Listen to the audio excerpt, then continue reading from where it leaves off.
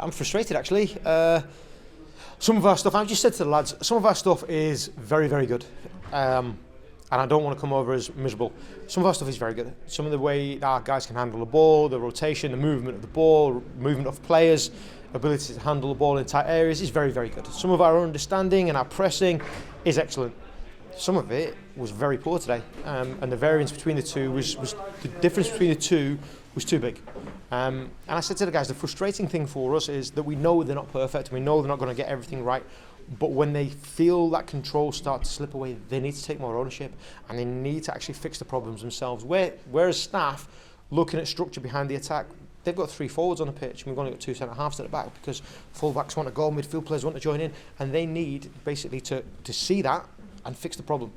When they do it, they're great, and we look really comfortable. When they don't, we look disjointed, and Clyde come into the game a little bit more, and they then need to be problem solvers on the pitch instead of us. And as I said, we've won the game, but we think we know that we can be better in a lot of areas.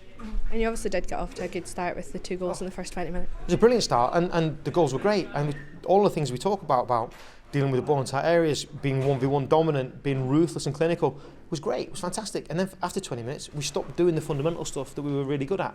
I've got to say their goal was a bit of a freak one, but they created a couple of opportunities from straight balls that we talked about earlier, and we needed to be organised. We didn't do. And as a result, at half-time, we were a bit frustrated. We weren't as smooth as we would like. But the players, to be fair, managed to get control again, and they managed to move the ball. But they need to understand when teams are very well organised and very well structured, we need to be slicker and smoother with the ball, and we need to continue and trust in the process of playing. And I felt for periods we didn't. We became a little bit individual, and we didn't trust the process enough, which is something we've been really good at recently. And Clyde did get another goal back with just about 7 minutes remaining. Were you pleased with how they saw out the game after that? Yes and no, because ultimately it's going to come down to me versus you, and whether I'm going to win the tackle or you're going to win the tackle. And I thought a couple of times we lost that vital one, and when you do lose that vital one at the highest level, it's going to result in a goal. And they need to see that, and they need to experience that. They did, and I'm grateful. I'm also grateful it didn't cost us the game, but I'm grateful they've seen that now, and they've seen that if you don't quite get to the appropriate level and you don't quite win that 1v1 battle, that can be costly.